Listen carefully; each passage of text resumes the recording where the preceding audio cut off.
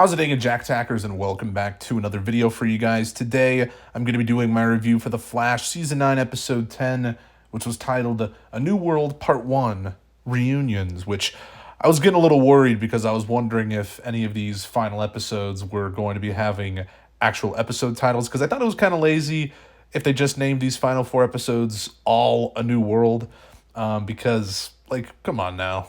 You're naming 4 episodes the exact same thing, with obviously part 1, part 2, etc. at the end of it. I don't know, it just seemed kind of lazy to me, but no, it's technically called A New World Part 1 Reunions.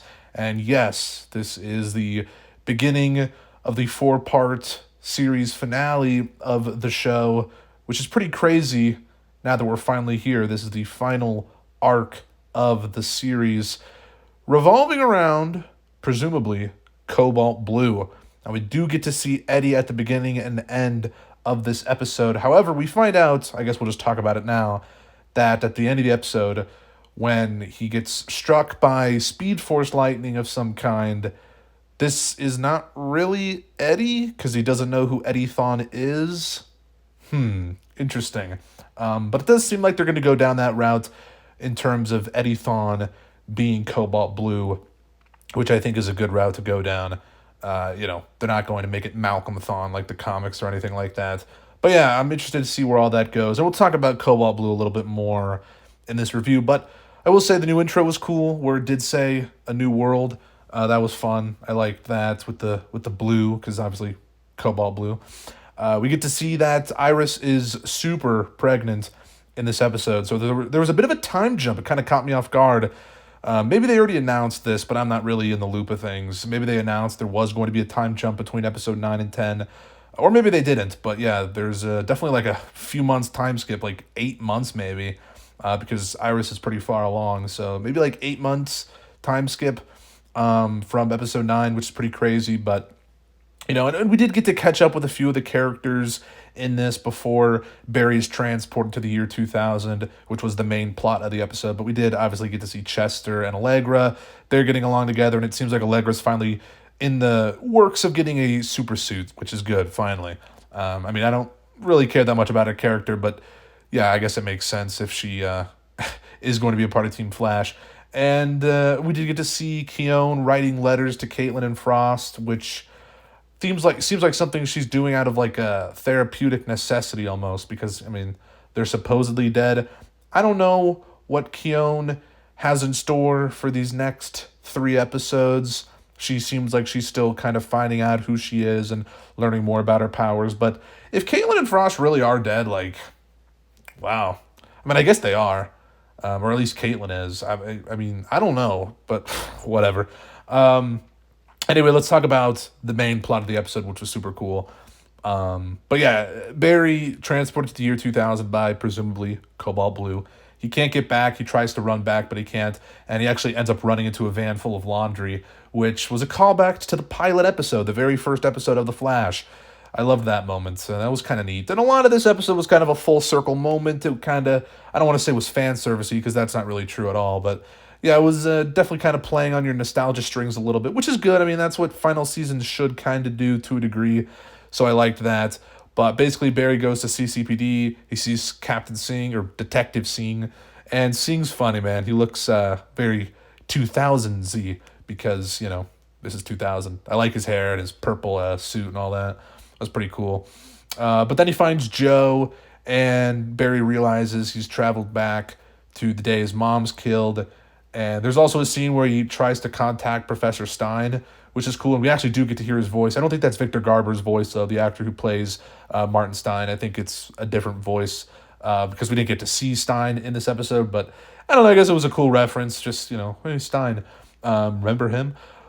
But anyway, Thawne ends up running by Barry, and this causes Barry to kind of like fall onto the street and go unconscious. He gets put in the hospital, and he comes into contact with his parents, obviously.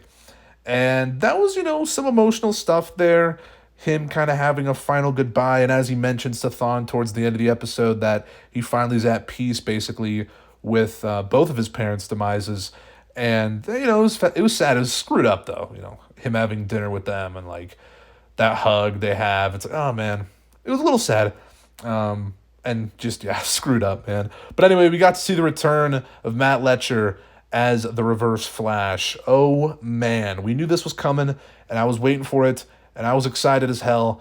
And Matt Letcher's just the GOAT. He's fantastic, obviously, in this role. Sometimes I think he might be better than Tom Cavanaugh, but I think they're both great, as the character. I mean, Matt Letcher technically is Eobard Thawne. You know what I mean? Like, Tom Cavanaugh is technically Harrison Wells, so Matt Letcher really is like the true version of Thawne, the true face of Thawne, even though Thawne has many faces. But, it was cool to see him back in action, and we find out that Thawne wants to actually go back and kill the young version of Barry. And I do like, though, when they first met Barry and Thawne in this episode, Barry, like, straight up is about to kill him. I love to see that stuff, man, because, it's what he should do. He should kill Thawne. Obviously, he won't. It's kind of like a Batman Joker situation. Batman is too good of a guy to. Well, it's very different reasons actually, but Barry's just too good of a person, I guess, to kill Thawne.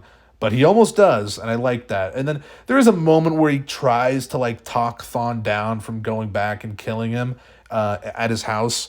And I was hoping that Thawne wouldn't listen to him, and luckily that was the case, because Thawne isn't going to just be talked down by Barry. Barry solves all of his problems in fighting all of these villains by talking them down. Luckily that didn't happen. At least they knew not to do that, but Barry still tried to do it. He's like, don't do this. Like, be serious. Anyway, I did like at the end when we see all the flashes that night in Barry's house. It's like, how many flashes are there now in that scene? Probably like 5 or something. I don't even know. Crazy. But yeah, Barry saves himself, his younger self, and Thawne realizes he can't get back. And that was a good moment between them at the end. I wonder if that will be their final moment, to be honest, that the Reverse Flash and Barry ever share in the show. I wonder. I mean, maybe he'll show. I haven't watched the promo for next week, by the way, so maybe Thawne's in that trailer. But, I'll watch the promo and see. But who knows? Maybe this is the final time they see each other, which would be pretty crazy. Yeah, I don't know. That'd be interesting. But anyway, at the end of the episode, Barry gets taken back from 2000, presumably. We don't know where, though. We don't know for sure if he's going to go back. I really should have watched the promo for next week, but whatever. We don't know for sure yet if he is going to be back in 2023 or not. But it's still pretty cool that COBALT's kind of coming into the story. Although we're only getting 3 more episodes with him, so I wish we got to see him a bit longer. We did get to see him that he like kind of possesses Joe in this, which was kind of cool. That fight with Barry and Joe was kind of good. That was the highlight of the episode. But overall, a decent episode. I liked it. Definitely one of the better ones of the season. I don't know if it's the best. Maybe it is. Maybe. I mean, a lot of people really loved last week's episode. I liked last week's episode as well. So episodes 9 and 10 for me are really up there in terms of some of the best of the season. The best episodes of the season, because really up until this point, the season had been lackluster until episode 9. And it looks like the final 3 episodes, we could end on a relatively high note for the season. And I kind of expected this, I was like, all right, I think these final episodes are going to be pretty decent, because they're going to stop wasting our time, hopefully, and kind of tell an interesting storyline.